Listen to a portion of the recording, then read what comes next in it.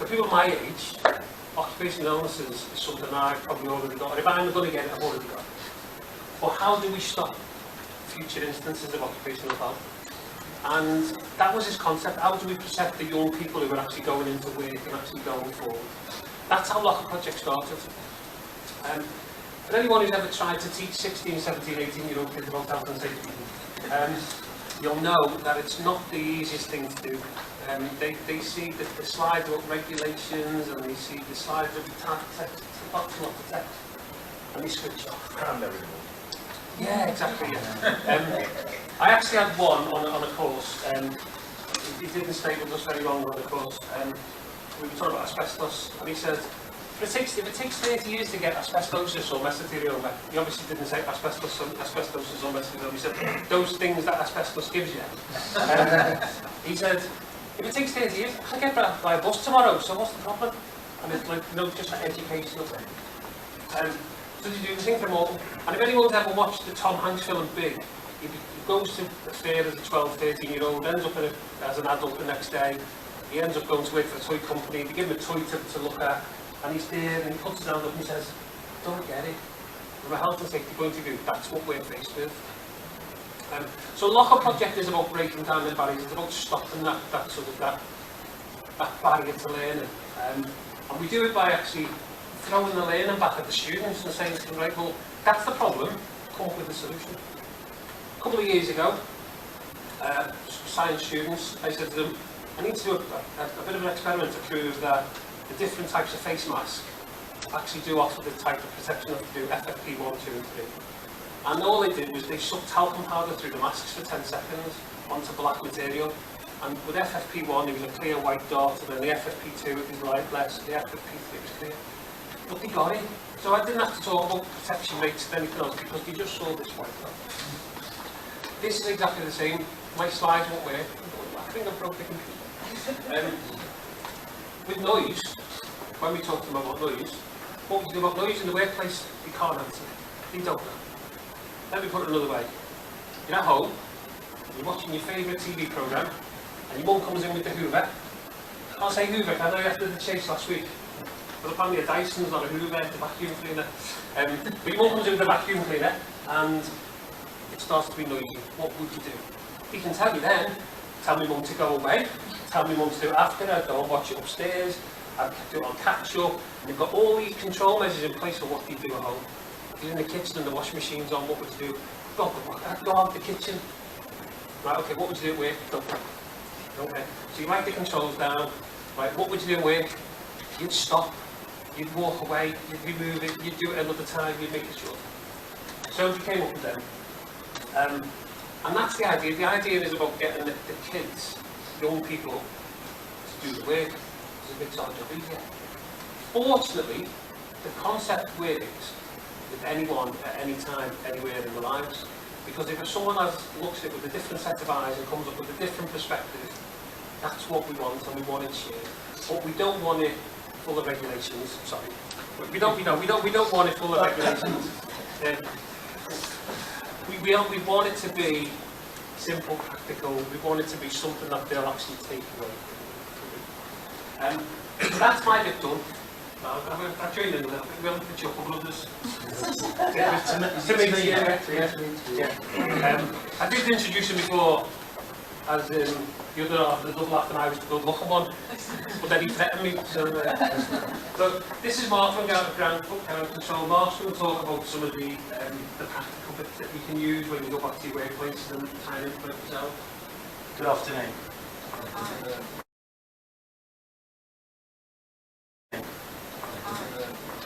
How can I get you to experience risk without putting you at risk? How can I do that? Well, with the Locker Project, learning occupational health by experiencing risk, you can do that. Because you distract, you dispute, you inspire in a simple, visual, practical way, and you engage. What I would like you to do is see the earplugs on the tables there. Can you please take 2 out and put 1 in your ear? If you can. If you've got hearing aids in or whatever, you can't take part. Yeah, don't take the hearing aids out. Just put them in. Just put 1 in for now. Just put that Yeah, one take in. two out for and now. put one in.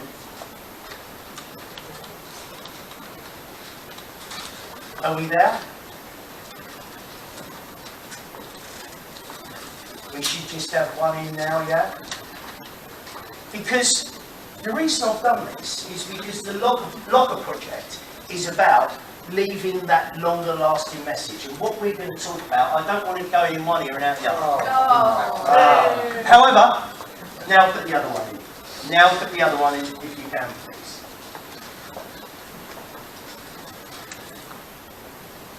Because noise-induced hearing loss has a massive effect. Are we all in? Noise-induced hearing loss has a massive effect, and it affects the whole of your life, whether in the workplace or whether at home. So now you've started to notice that there is a reduction in the sound level because you've got hearing protection. But if you suffered from hearing loss, gradually, hearing, it would be harder to hear. Okay, take them out, because hopefully this message is going to last in there. You can keep them, that's a little freedom. But what the Locker Project is about, as David said, that it was developed by students. And we say we can't teach an old dog new tricks, but you're my workforce, and it's Friday, and I have a safety inspector come on site, and I need to give you some toolbox talks, and I need to engage with you, but all I've got is paperwork, and I've got to discuss controlling noise at work regulations 2005, which is good information. Noise at work, a brief guide of controlling the risks at work. Noise, don't lose your hearing. And you're thinking,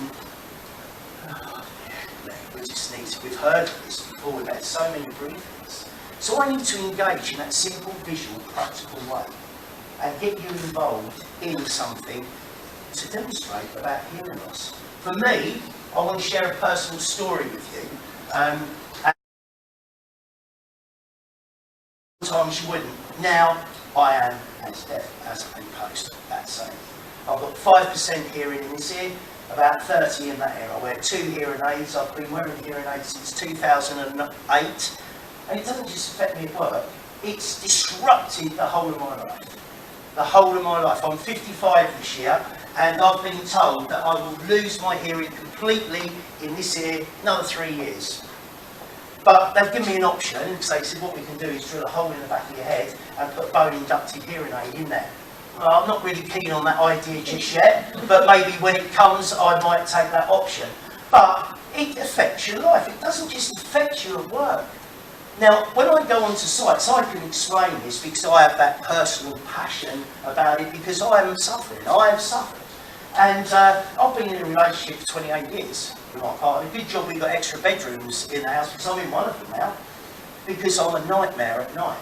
Because my companion at night, what I need is something to sound out the tinnitus, so I've got my TV, and that goes. And then when my brain and senses focus on that and engage with that, and that doesn't work anymore, then I put this on, so I get that background to compensate the tinnitus. But then I get woken up with a cold face and a cold shoulder.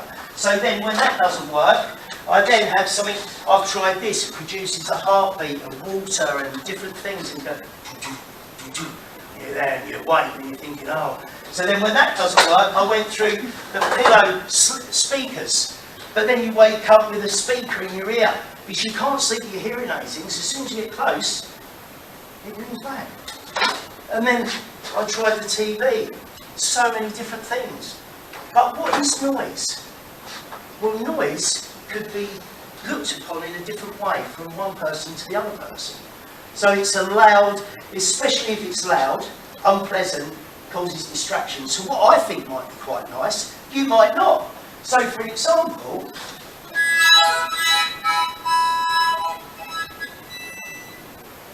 I kept doing that, it got on my nerves, and I'm thinking, I really like that. And you're thinking, that bloody noise, what are you doing?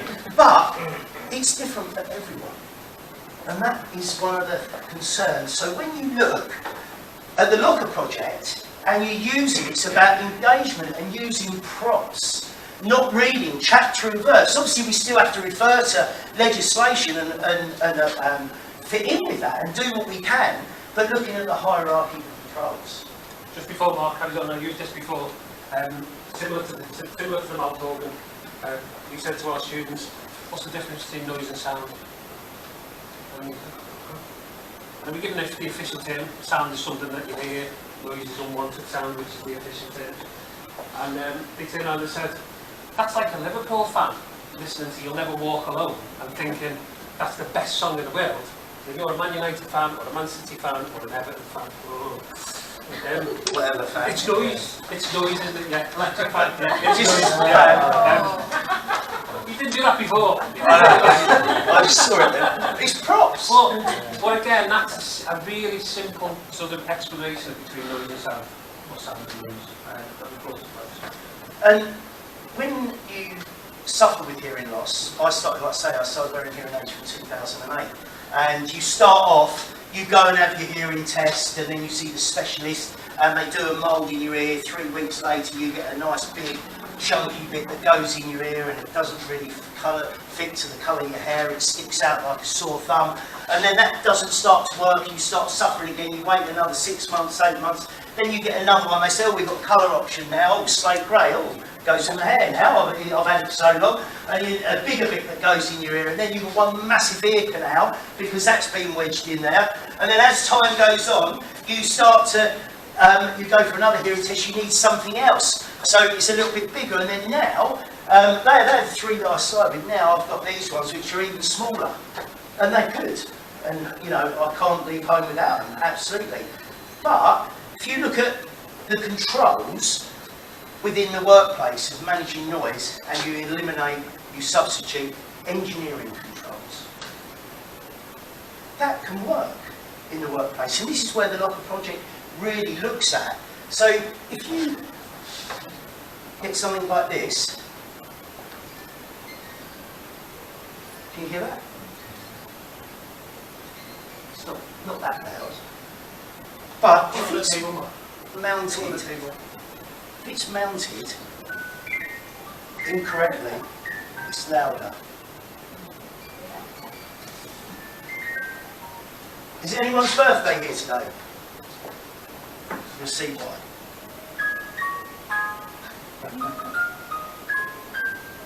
That is unbelievable. Now, if you've got all your workers in the site office, and you pass that around, and they're thinking, actually, I see what you mean.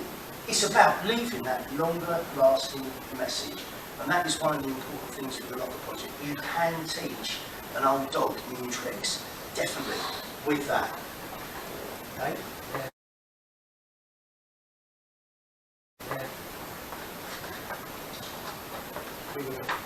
Well, go got wheelie bins. Yeah. Do you wear any defenders when you put them out? Do you put your earplugs in? When you go tonight, have a look at your wheelie bin. Somewhere on your wheelie bin it'll say 96 or 89 decibels. Seriously, it says it on the bin. Right? It doesn't mean that that's what you're exposed to, right? But you have to go through testing and European standards and everything else, and they fill them full of material and they pull them across different services, and that's the noise that they're actually we work with it. But seriously, when you go outside, have a look, and it'll say 96 or I think it says 89. I'll have a look 96 or 96. But it says it on your wheelie bin, the little square on the top. Yeah. So it's everywhere. You wouldn't allow that, would you? If that was in a workplace, you'd go, yeah, right. Something wrong there, isn't it? Yeah. Yeah, exactly. Yeah. And when we were talking this morning about standardised testing and what you're exposing people to and real life and things like that, really simple instruments like way.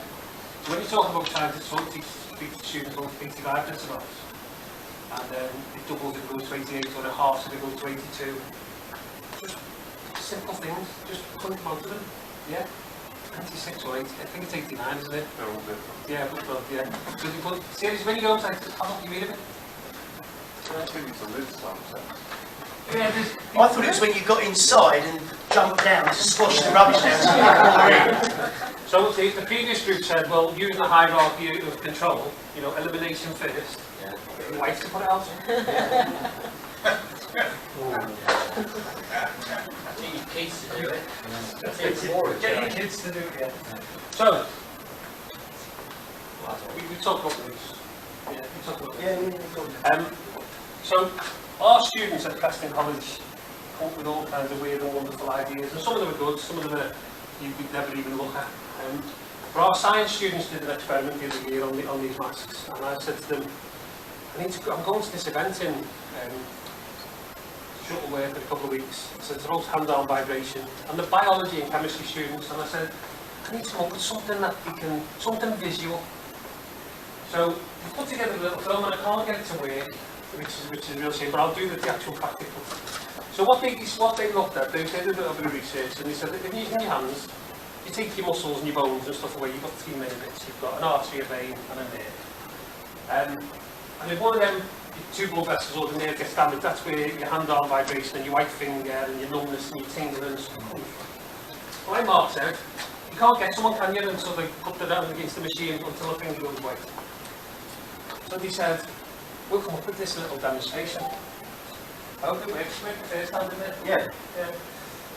You don't have to have a glove, but obviously because it's hand-arm vibration. So you get 3 glow sticks, 3 different colours, one for the vein, one for the artery, one for the nerve. 3 there, 3 in this one. I'd have been better if I had one prepared earlier, wouldn't I? Didn't one, didn't I? And he said, Dave, what do you do? Put them in, get one, and Jill did this so well before, because Jill was tapping the box on there before. And he said, just tap 3 of them like that, which is just your normal everyday use. Get the other one, and you've seen me, I haven't done any with it. Just tap it a bit harder. A bit harder. Only for a short duration, you know, we were talking before about exposure values and everything else. So, you'll see there's 3 areas. If I carry on shaking them, they'll all go bright with yellow or green or blue anyway. But that just shows you that if you're exposing your hands to hand-on force to a series of vibration, exposure to vibration or impact, where it's actually gone illuminated with glowing bit, if you've got a damage to your nerves or your blood vessels, and that's in them places, that's where your hand-on or your white finger syndrome and your numbness and your feelings and stuff come from. I know it's not the answer, right? But it's a safe way to demonstrate to someone to say, this is what happens. And you saw me, I didn't whack them on the table, I only increased it slightly, yeah? A bit like Jill said before, you know, that constant tapping. All I did was just change the pressure a little bit, change, you know, a little bit extra. Simple visual. I'll use them again, so if anyone wants to take them on, quite well. I've got 6 now. Where Dave's talking about the actual nerve damage, to actually experience the vibration, but not putting you at risk for being to experience risk. Well, we've got a steel cut-off saw, big machine, we must have the skills, knowledge, training, experience and understand our limitations about when we use that machine.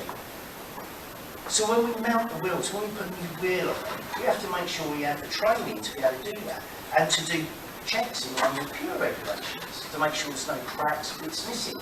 But if there is, it can cause an increase in vibration. So one of the things we've got, 2 cappuccino throwers. Perfect. The other one, showing imbalanced, the difference in my hand movement. And all that is, okay, I'm not at risk of that. Just press the Well, button. it depends on You'll your see hold one for on it. the But, just, do you want to feel the difference? you have to keep it pressed, but you can feel that one. Pass that round. If you've got a beard, please. Feel that one? Wow. But it just gives you that simple visual, practical way. With chaps that have been on these tools for 20 years, and they're thinking, well, you can't teach me anything. But you've given them a cappuccino frother, and it actually works. Mark's got posh ones, by the way. Mark's got ones that you switch on and you stay on. Mine, you have to keep the button pressed on. Oh, right. But again, it's a very simple, visual, practical way. I have got some DVDs here that I would like you to take. Please feel free to take them about health risks at work. And they do focus on breathing, skin, muscles, bones and joints, hearing and touch and well-being. And they're supported by HSC, produced by Safety Groups UK. So please feel free to take them. And just the last bit from me. Obviously, Locker Project's been going for 4 years and we've got quite a good name and there's lots of people getting involved. The people who actually run it in the steering group, me and Mark, we do this voluntary. So we're not a company, we're not a business or anything else. We are all volunteers. We're just passionate about what we want to do. I got invited to this more than anything because of Twitter. And when I first met Louise Hosking 12 months ago, it was like we've been friends for years. I met Alison today. I've been tweeting with Alison for years and we've met today. So there's a load of key rings there, and on one side it's got the Locker Project logo, on the other side it's got the Twitter handle, or the Twitter hashtag Locker Project. Have a look, get involved. If you go on any social media stream, on YouTube, there's all kinds of videos, asbestos, there's a rap song about construction, there's just all kinds of stuff up there. But we're always looking for new people, and we're always looking for new resources, and we're always looking for new people to get involved. So if you've got a simple message that you've got in your workplace, or a simple demonstration that you use in your workplace that you think, do you know what, it's a bit selfish just keeping this. You know, we've talked about sharing the networking earlier on this morning. If you've got something and you want to share it, share it. Our latest post that we closed was in conjunction with a company called X1 Safety in America, in Michigan in America, and it was about welding fumes and how a battery pack, a filter on a battery pack, after 8 hours turned from clear white to black because of the amount of dust and fumes and particles that was in the air. And we put together a bit of a poster. So we're Locker Project getting out there. It's in America. There's a welder in Australia who used it. Apparently Bob Rajan's had someone from Africa and someone from India who's been in touch because they want to get involved.